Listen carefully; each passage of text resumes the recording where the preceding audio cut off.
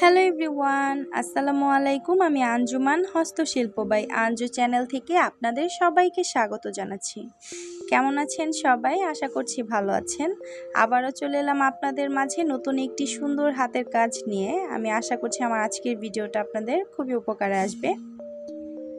তো আমি তো যেহেতু সব কিছুতেই আর্ট করতে পছন্দ করি, এটা হচ্ছে আমার পেশা বলুন বা নেশা বলুন, যেটাই বলুন না কেন, এটা হচ্ছে আমার একটা নেশা। তো ভাবলাম যে দেয়ালটা একদমই সাদামাটা হয়ে আছে, তো আমি যেহেতু কাজ করি, আমি যেহেতু আর্ট করি, তাহলে আমার ঘরে এরকম সাদামাটা দেয়াল কি মানায়? ভাবলাম যে ঝটপট করে আমি আমার এই সাদামাটা দেয়ালটাকে একটু রঙিন করে দেই। তো যেই ভাবনা সেই কাজ, ভাবনার সাথে সাথে কাজ শুরু করে দিয়েছি। কি আর্ট করব না করব কোনো কিছুই আসলে ভেবে পাচ্ছিলাম না। হুট করে মনে হলো যে একটা সুন্দর একটা গাছ আর্ট করি, গাছের মধ্যে একটা মেয়ে দোলনায় দুলছে, এরকম একটা থিম আসলে দেওয়ার চিন্তা ভাবনা করে আমি সাথে সাথে আর্ট করা শুরু করে দিলাম। তো এইভাবে করে আসলে আর্ট করছি। আর্ট করার আগে কোনো চিন্তা ভাবনা করিনি। আসলে এটা চিন্তা ভাবনা করে কোনো কাজ হয় না। এটা মন থেকে আসলে কাজ করতে করতে মন থেকেই একটা কাজ চলে আসে, ডিজাইন চলে আসে।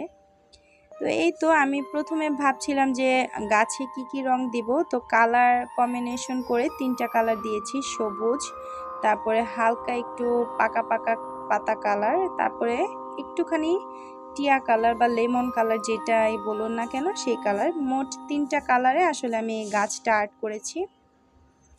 আর আমি হচ্ছে মোটামুটি যতটুকু সম্ভব চেষ্টা করেছি ছোটোখাটোর মধ্যে আমার এই দেয়ালটাকে সুন্দর করে সাজানোর জন্য, একটুখানি আর্ট করে, যাতে দেয়ালটা একটু আকর্ষণীয় মনে হয়, দেখতে সুন্দর লাগে।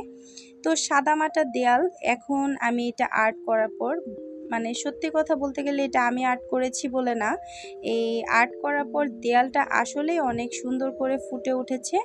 তো আপনারা চাইলে এইভাবে করে দেয়ালটাকে আর্ট করতে পারেন।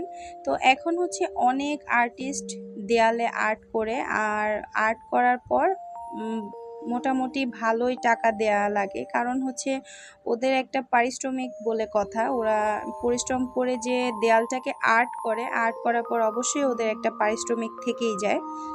তো সেই দিক বিবেচনা করে আপনারা যদি এইরকম সিম্পলভাবে যদি নিজের ঘরের দেয়ালটাকে যদি সুন্দর করে সাজান, তাহলে আর কষ্ট করে টাকা দিয়ে অন্য কোনো লোক রাখতে হয় না। তো অন্য কোনো আর্টিস্ট দিয়ে আপনার দেয়ালটাকে আর সাজাতে হয় না। আপনারা চাইলে নিজেরাই সুন্দর করে এইভাবে করে আপনারা আর্ট করে আপনাদের ঘরের দেয়ালটাকে আরও সুন্দর, আরও কালারফুল করতে পারেন। তো আমি যতটুকু সম্ভব চেষ্টা করেছি আর্ট করার জন্য। আমি এই ছোট এই গাছটাকে আমার আর্ট করতে প্রায় 1.5 ঘন্টা সময় লেগেছে, কিন্তু আমি 1.5 ঘন্টার কাজের ভিডিও আমি মাত্র 5 মিনিটে আপনাদের সাথে শেয়ার করেছি। আসলে সব কাজ ডিটেলসে শেয়ার করতে গেলে দেখা যায় যে ভিডিওটা অনেক লম্বা হয়ে যায়। তো যতটুকু সম্ভব চেষ্টা করেছি আপনাদের সাথে শেয়ার করার জন্য।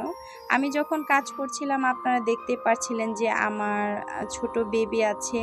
তো আমার বেবিটাও অনেক দুষ্টুমি করছিল, সাথে আমার ভাগ্নে ওকে একটুখানি সামলে রাখছিল। যতটুকু সম্ভব চেষ্টা করেছে সামলে রাখার, সেই ফাঁকে আমি কাজ করেছি আর আপনাদের সাথে শেয়ার করেছি।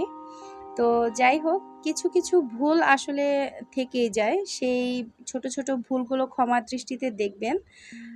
আর এখন হচ্ছে আমি এখানে একটুখানি হালকা দুবলা ঘাস, যেটাকে বলে দুবলা ঘাস বা দুবলা ফুল, যেটাই বলুন না কেন, সেটাই আসলে আমি একটুখানি নিচে দিয়েছি, যাতে করে জিনিসটা আরও সুন্দর করে ফুটে ওঠে।